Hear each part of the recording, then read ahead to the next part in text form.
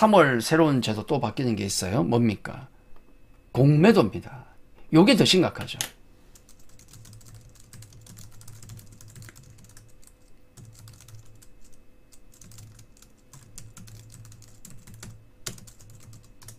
이게 더 중요해요. 자, 3월 바뀌는 제도, 공매도 재개입니다. 3월 31일부터 공매도가 전면 재개예요. 그냥 재개가 아니고 전면 재개라는 게 중요합니다. 2020년 이후 5년 만입니다. 자, 계획대로라면 전면 재개입니다. 이게 중요해요. 대책을 해서는 아무것도 아니에요. 네. 자, 뭐 기억나시는 분도 계시고 아니신 분도 계신데 그동안 이랬습니다. 공매도가 왜 금지가 됐었느냐? 2020년에 그때 코로나 때문에 장이 폭락을 했죠. 2200에서 거의 1400 갔지 않습니까? 대폭락을 할 때 공매도를 전면 금지를 했어요. 그 당시에. 그리고 3월 폭락 이후에 V자로 회복이 되면서 2021년 3300까지 갔죠. 그러면 공매도를 유지할 이유가 없지 않습니까? 자, 그때 했던 게 뭐냐면 일단 350개만 허용을 했어요. 코스피 200개, 코스닥 150개, 덩치 큰 것만 허용을 했거든요. 근데 이러고 지나다 보니까 2023년 11월에 대규모 불법 공매도가 적발된 겁니다. 예. 개인 투자자들이 막 여러 번 얘기했거든. 야, 이거 불법 매매 공매도 엄청 많이 한다. 잡아내라. 그리고 우리하고 형평이 안 맞다. 쟤들은 조건이 좋고 우린 조건이 안 좋고 여러 가지 문제가 있다. 계속 불만을 제기했는데 조사를 내보니까 실제로 공매도 적발이 된 겁니다. 불법 공매도. 우리나라는 네이키드는 없어요. 우린 커버드입니다. 미국이나 이런 쪽은 주식이 없이도 말 그대로 그냥 없이도 팔 수 있어요. 팔고 샀다 갚으면 돼. 근데 우리는 그런 거 없어. 우리는 네이키드가 없고 다 커버드라서 반드시 공매도를 하기 위해서는 사전 작업으로 주식을 반드시 빌려와야 돼요. 대차. 그 대차거래라 그러죠. 반드시 빌려온 다음에 그걸로 팔아야 돼. 근데 이것들이 안 빌려오고 빌려왔는 것처럼 매도를 해버린다는 거죠. 그리고 나중에 사후적으로 빌려온다든지 이런 불법적인 짓을 많이 하더라는 겁니다. 그래서 그때 공매도를 전면 금지를 해버린 거예요. 현재까지 오고 있는 겁니다. 근데 이제 시스템을 정비했다 이거야. 시스템을 정비했기 때문에 이제는 안 할 수가 없다. 열지 않을 수 없다. 그렇게 얘기하는 모든 종목에 대한 공매도를 다 해지하겠다 그러고 있어요. 이제 우리가 뭐 불법적인 거 다 잡을 시스템이 정비가 됐고 또 뭐 여러 가지 또 제재도 많이 또 강화시켰고 이제는 우리도 해야 된다. 왜냐하면 이게 공매도를 금지시키니까 외국인들이 불만이 많죠. 그리고 공매도의 폐해도 많지만 순기능이 없다고 볼 수는 없어요. 예, 그건 오케이. 저도 뭐 인정을 합니다. 거기까지 인정을 해요. 근데 지금 이제 이 공매도를 해지하는 것 중에 하나가 롱숏 매매를 못 하거든요. 롱숏 플레이를 우리 국내 기관도 지금 준비하고 있어요. 지금 롱숏 플레이를 롱숏 그 펀드를 준비하고 있습니다. 그러니까 지금 우리 시장은 롱은 할 수 있는데 숏을 못 해요. 그러니까 롱숏 관련된 상품이 아예 없는 겁니다. 외국인들 그건 굉장히 많이 하거든. 우리 기관도 예전에 많이 했었고. 그런 세력들이 다시 들어온다. 외국인들도 한국 시장을 이제 긍정적 시각으로 볼 수 있는 거죠. 그런 부분에 있어서는.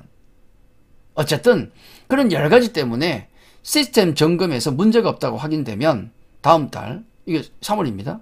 지금이죠. 31일 전면 재개할 것. 이렇게 기사가 나와 있습니다. 네. 계획된 거예요, 지금. 그게 확실시 되기 때문에 우리는 준비를 해, 거기에 대한 준비는 해야 돼요. 뭐, 공매도 자체가 무슨 말인지도 모르신 분은 물론 계실 겁니다. 예. 자, 공자왈, 맹자왈입니다. 자, 공매도. short stock selling. 공매도. 말 그대로 없는 것을 매도하는 거예요. 없는 것을 매도한다. 저건 네이키드 개념이고, 우리나라는 아까 말씀드렸죠. 반드시 커버드입니다. 대차 이후에 매도해야 된다. 대차 이후에. 주식 빌려와서 팔아라는 얘기야. 그게 공매도입니다. 우리 개념의 공매도예요. 그 다음에 환매수에서 갚으면 끝나는 거죠. 이제 뭐 간단히 말씀드리면 공매도 수익 구조는 이런 겁니다. 뭐 어려운 거 아니에요. 예. 자, 지금 현재 예를 들어서 A라는 주식이 있으면 이건 아예 모르시는 분들 때문에 이해가 안 되면 이거 설명하면 뭐예요, 그죠? 공매도가 뭐야, 뭐 어떻게 되는 거야? 자, 이런 겁니다. 주가가 이렇게 올라오는데 얘가 주가가 예를 들어 10,000원이에요, 10,000원. 네, 10,000원입니다. 자, 10,000원인데 내가 뭘 하냐 하면 내가 B라는 친구한테 이거 주식을 빌려와요. 빌려와. 지금 현재 10,000원이니까, 야, 만 원이니까 나중에 갚을 때 내가 좀 주라. 나중에 내 또 꿈을 좀 줄게. 수수료 이자 좀 줄게. 그래. 뭐 이자 뭐 한 10% 줄게. 1년 해가지고. 그래서 한 주를 빌려와요. 주가 빠질 것 같거든. 빌려온 주식을 팝니다. 내가 팔아요. 그럼 현금이 얼마 생겨요? 10,000원 생기죠. 현금 10,000원 들고 있는 거야, 지금. 이렇게 들고 있어. 내 예상이 맞았습니다. 떨어져. 이게 5,000원이니까 5,000원 돼요. 5,000원. 반토막 났어. 실제로. 그럼 내가 현금 10,000원 들고 있죠? 그걸로 다시 이걸 사요. 5,000원에. 그리고 갚아. 얘한테는. 예약은 끝났죠? 그럼 내 손에 얼마가 들어있어요, 지금? 10,000원에 팔았던 걸 5,000원에 사서 갚았잖아요. 그럼 현금 5,000원이 나한테 남아있어. 이게 내 이익일 겁니다. 이게 내 이익이야. 이게 공매도 수익 구조예요. 간단하죠? 여러분도 할 수 있습니다. 근데 여러분께는 여러 가지 제약 조건이 있을 겁니다. 공매도 할 때. 왜냐하면 공매도가 이게 장난이 아니거든. 뭐냐면 자, 공매도 수익 구조라는 것인데요. 요거는 이제 여러분들이 흔히 주식을 매수하면 어떤 수익 구조인가? 롱 세력들. 요거는 우리 주식 매매할 때 똑같은 겁니다. 예를 들어 내가 주식을 요쪽이 주가고 주가가 올라갈수록 투자 수익은 늘어나죠. 그죠? 내가 매수가가 여기야. 자, 여기 샀습니다. 주가 여기서 올라갑니다. 그러면 투자 수익이 올라가죠. 롱 세력은 여기 매수를 잡았다. 주가만 올라가면 계속 수익이 나요. 얼마까지 수익이 날 수 있습니까? 이론적으로는 무한대입니다. 그렇죠. 주가가 계속 올라가. 내 죽고 나서도 올라가고, 내 아들 있을 때도 올라가고, 내 손자 있을 때도 올라가고, 그 이상 안 망하고, 계속 올라가. 영원히 수익을 낼 수 있는 거죠. 이론적으로는 그렇지 않습니까? 근데 공매도는 반대죠. 숏 때리고 나 주가가 떨어져야 이익이 나는 거죠. 이런 모양입니다. 예를 들어서 아까 말씀드렸지 않습니까? 내가 매도를 하고 나서 주가가 떨어져야 돼요. 주가 떨어지면 이렇게 올라가죠. 조수익이 계속 늘어나요. 근데 한도가 있습니다. 주가가 떨어지는 데는 한계가 있다고요. 얼마까지 떨어질 수 있습니까? 빵원까지 떨어질 수 있죠. 아니 내가 삼성전자를 5만 원에 샀는데 삼성전자를 100만 원 주고 100만 원치 샀어요. 삼성전자를 예를 들어 100만 원치 샀어. 내가 손해를 가장 많이 벌 때 얼마까지 벌 수 있습니까? 예를 들어 삼성전자 망하면요. 그냥 그 주식 빵 되는 거야, 빵. 100만 원 들고 있던 게 빵이 되지 마이너스는 안 갑니다. 맞죠? 이론적으로. 예. 그 롱 세력 개념을 보면 그런 겁니다. 그러니까 숏 세력은 문제가 뭐냐면 이거예요. 문제가 뭐냐면 손실이 무한대가 될 수 있다는 거. 내가 매도를 쳤거든요. 근데 주가가 올라가. 그러면은 투자 손실이 계속 늘어나. 주가는 얼마까지 올라갈 수 있어요? 무한대로 올라가잖아요. 끝이 없잖아. 주가 올라가는 건. 그러니까 공매도 세력들의 위험은 이론적으로 손실이 무한대로 날 수 있어요. 이건 정말 무서운 겁니다. 공매도 잘못 쳐가지고 쫄딱 망한 해체된 헤지펀드가 꽤 있어요. 잘못 쳐가지고 주가 빠질 줄 알고 공매도 쳤지만은 이게 급등이 나와버리면은 그냥 없어져, 회사가. 잘못하면. 그래서 막 급하게 숏스퀴즈, 숏셀링 막 들어오다가 주가가 폭등하지 않습니까? 우리 그거 경험했지 않습니까? 알죠? 그래서 개인들에게는 조금 제약이 있을 것이다. 그래서 공매도가 아무나 하는 건 아닙니다. 쉬운 건 아니에요. 굉장히 위험하기 때문에. 자, 이런 거 좀 기억해 두시고. 자, 그러면 이제 실제적으로 이제 공매도를 여러분이 활용할 수도 있고, 돈 벌기 위해서 내가 이렇게 쑥닥쑥닥 연구해 보니까 내지는 들리는 소리 들으니까 이 A라는 회사가 엄청난 악재를 가지고 있더라. 그럼 빨리 주식 빌려가지고 공매도 때려야죠. 그죠? 할 수 있어요. 그래요? 예, 할 수 있습니다. 근데 주로 우리는 주식 매매를 많이 하기 때문에 롱 세력에 가깝죠. 그죠? 그쪽 세력이기 때문에 공매도 그러면 적으로 간주하지 않습니까? 그죠? 자, 적이라는 관점에서 우리가 어떻게 대응을 해야 될 것인가? 이걸 보는 거예요. 가장 이제 확률이 높은 거죠. 공매도 공격 대상이 뭔가를 봐야 돼요. 어떤 회사가 종목이 공매도 공격을 당하는가? 딱 두 개입니다. 1번 부실주, 2번 급등주, 2번 급등. 딱 두 개. 부실주는 뭡니까? 악재가 있는 종목, 악재가 있고 뭐 하여튼 노이즈가 있는 종목. 이건 반 죽는 거죠. 그리고 실적 부진 종목. 이런 게 부실주예요. 이런 거 무조건 공격이야. 그리고 악재가 있는 것도 아니고 실적도 좋은데 공격받는 경우도 자주 있습니다. 급등주, 밸류가 높은 종목. 좋아. 실적도 좋고 호재도 많고 주가가 막 올라가요. 너무 많이 올랐어. 네, 펀더멘털을 떠나서 단기 많이 오른 종목들은 공매도가 계속 들어와요. 죽을 때까지. 계속 들어와. 계속 들어와. 올라가죠. 또 들어와. 또 들어와. 한 번은 꺾이겠지. 그거예요. 우리 거꾸로 롱 세력들은 뭡니까? 주가 빠지죠. 내가 보던 종목이 빠져. 매수. 또 빠져. 이씨, 또 매수. 또 빠져. 이씨, 또 매수. 한 번 올라가겠지. 또 빠져. 또 매수. 이게 물타기죠. 그래도 한 번 급등하면 딱 여기서 갖고 나오면 평균단가 여기니까 요만큼 먹고 나오는 거예요. 공매도 똑같은 겁니다. 주가 급등 나오면 일단 막 때려요. 막 들어와. 네가 이기나 내가 이기나 보자. 이런 식으로. 한 번은 꺾이거든요. 그 한 방에 다 챙기는 거예요. 두 개입니다. 자, 부실주. 두 번째 급등주. 여러분이 가지고 있는 종목 중에서 부실주나 급등주가 있다. 3월에 경계해야 된다는 얘기예요. 3월까지는 아니고 4월부터는. 그죠? 제일 위험한 건 뭐겠습니까? 부실주이면서 급등주인 놈. 이게 제일 위험하지. 부실한 놈이 급등한 경우 가장 위험. 그런 게 어딨어? 왜 없어요? 테마주가 다 그렇지 않습니까?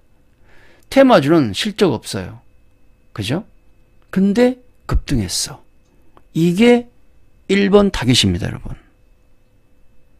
이게 1번 타겟이야.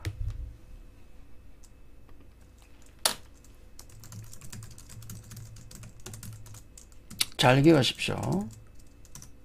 부실주, 악재가 있거나 실적 부진. 두 번째, 급등주. 네, 요거 두 개 경계해야 됩니다. 내가 이런 거 갖고 있으면 안 된다는 얘기예요. 내가 이런 거 갖고 있으면 안 돼. 여러분 계좌에 있는가? 그 얘기입니다.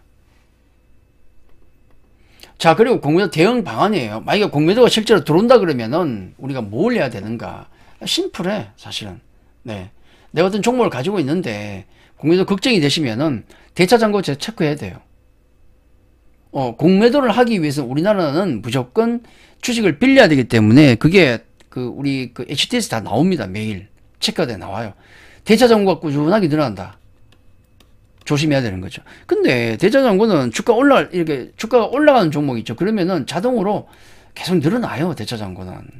그러려니 해야 돼. 흔히 그러니까. 민감할 필요는 없습니다. 근데 가끔 가다가 대차장고가 이렇게 늘어나는 게 아니고 이렇게 늘어나는 경우가 있어요. 갑자기. 이런 경우는 조심해야 돼요. 뭔가 노림수가 있는 거예요.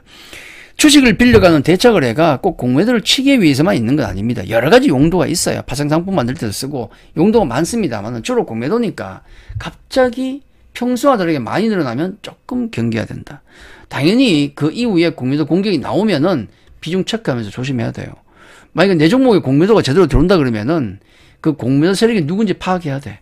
무슨 방법을 써서라도.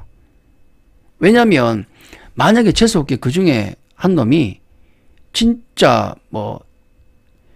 유명하기보다도 덩치 큰 헤지펀드다. 그러면요 못 이겨요. 그거는. 네. 내가 맞더라도 내가 이 종목을 보니까 펀드면 지금 현재 1만원 하는데 얘가 3만원 갈 놈이야. 예를 들어서 내가 계산해 보니까 내가 공부해 보니까 이건 펀드멘털로 볼 때 3만원 갈 놈입니다. 난 가져가려고 마음 먹었어요. 나중에 갈 수도 있어. 근데 한 10,000원 정도에서 공매도 공격이 들어옵니다. 파악을 해보니까 와 이거 미국의 유명한 헤지펀드야. 덩치 큰 놈이에요. 돈 많다는 얘기죠. 그러면은 10,000원에서 30,000원 갈 펀드 멘탈이라도 일단은 도망가야 돼요. 그때는. 왜냐하면 이 10,000원이 5,000원이 반토막 날 수도 있고 3,000원이 될 수도 있어요. 일시적으로. 그러고 나서 나중에 펀드맨 따라 30,000원 간다고요. 진짜. 근데 이걸 못 견뎌. 이걸. 10,000원에서 반토막 나면 견딜 사람이 있습니까? 다 틀린다고요. 10,000원에서 3,000원 가면 다 틀려요. 그러고 나서 시간 지나 나중에 3만 원 가면 뭐해? 난 다 틀렸는데. 예, 이건 현실적인 얘기를 말씀을 드리는 겁니다. 예, 현실적인.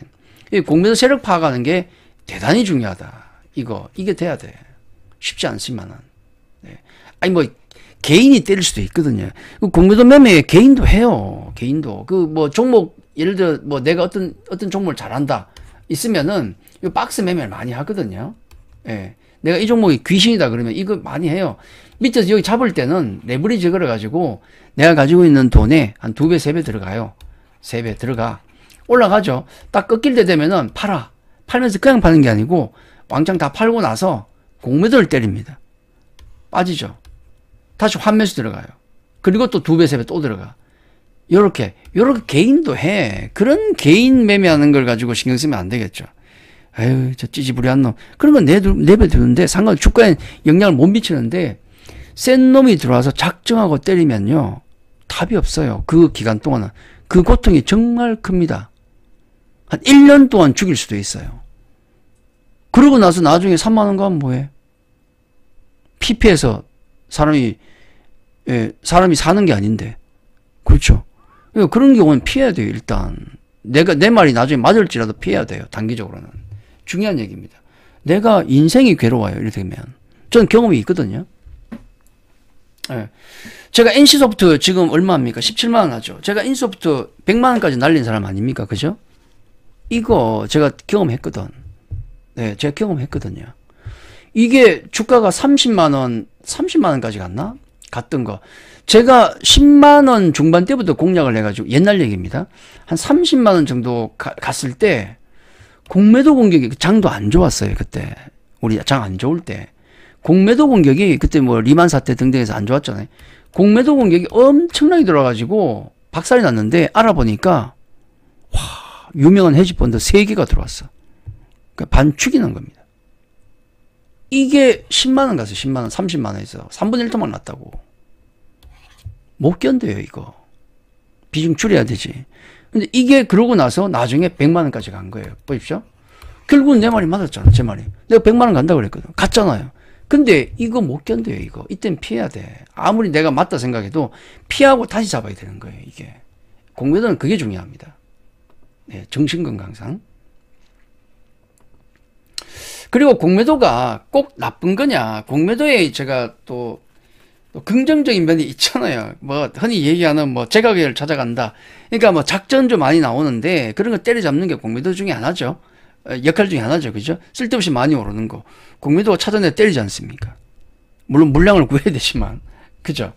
근데 그거 외에도 이런 거 있지 않습니까? 우리 2023년 기억나십니까?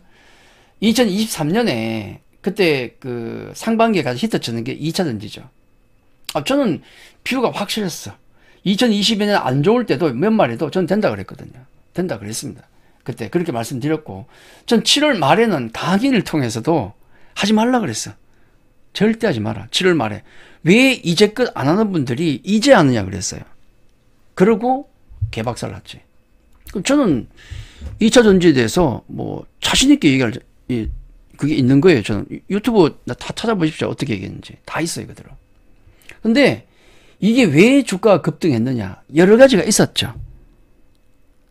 선동도 있었고, 솔직히 선동도 좀 있었고, 또 이차전지에 대한 긍정적인 의견도 있었고, 또 여러 가지가 있었는데 특히 그 중에 많았던 게 바로 공매도에 따른 쇼커버링 물량. 여기 보십시오. 외국인이 왕창 들어오죠, 갑자기. 두 번째 여기 들어오죠. 왕창 들어오죠. 갑자기 왜 들어왔을까?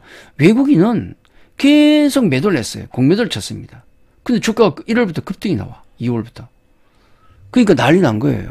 뭐라고 그랬습니까? 공매도를 때렸는데 주가가 급등 나면 어떻게 돼요? 공매도 세력들은 개박살나요. 손실이 뭐 안 돼요, 뭐 안 돼. 올라가면 계속 손실.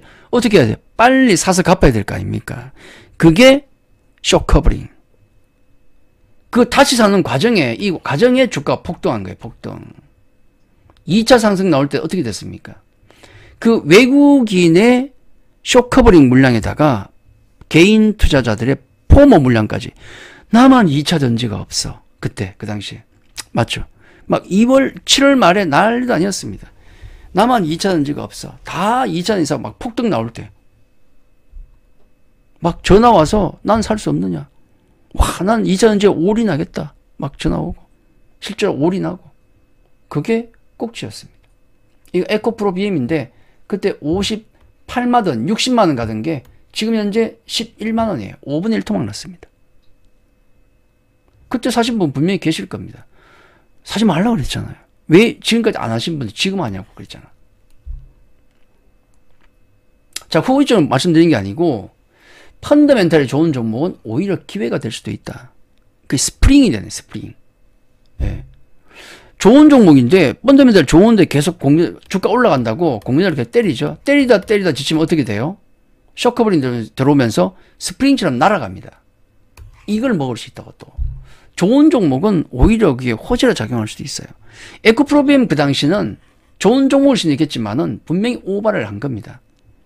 포모 현상에다가 미국인의 이 쇼커버링 물량에다가 이런 종목이 앞으로 나올 겁니다. 이제 공매도 해지가 되면 쇼커버링 때문에 급등 나온 종목이 있을 거예요. 이제부터 공매도 분석을 잘 하셔야 돼요. 네. 공매도 공격은 피해야 되고, 네. 쇼커버링 가능성 종목은 연구해야 되고, 네. 거기서 급등이 나오니까 이게 돼야 돼요. 네. 이게 돼야 됩니다. 네. 그러니까 공매도가 재개되면 그냥 두려워할 필요는 없어요. 뭐냐면 공매도 두려워할 거 없이 내 종목이 아니면 돼. 그리고 쇼커버링 들어올 종목들 찾으면 돼요. 예, 시장 전체적으로는 저는 약간 중립에 가깝다고 봅니다. 왜냐하면 우리 공매도 금지시키고 나서 주가 올랐습니까? 아니죠. 아무 상관없잖아. 그럼 시장 전체적으로 공매도를 풀었어. 그럼 악재인가요? 그냥 중립이에요. 중립. 예, 공매도가 있고 없고가 아니고 갈 놈이면 가는 거고 안 갈 시장이면 안 가는 거예요. 그러니까 시장 걱정하지 말고 내 종목이 어디에 해당되는 건 보시면 됩니다. 예, 공매도 이제는 시장에는 중립 그리고 내 종목만 잘 점검하면 됩니다. 이거예요. 간단하죠. 그러니까 뭐 쓸데없이 걱정할 필요는 없다. 그 얘기입니다. 자, 이해되시죠? 여기까지가 공매도 얘기예요.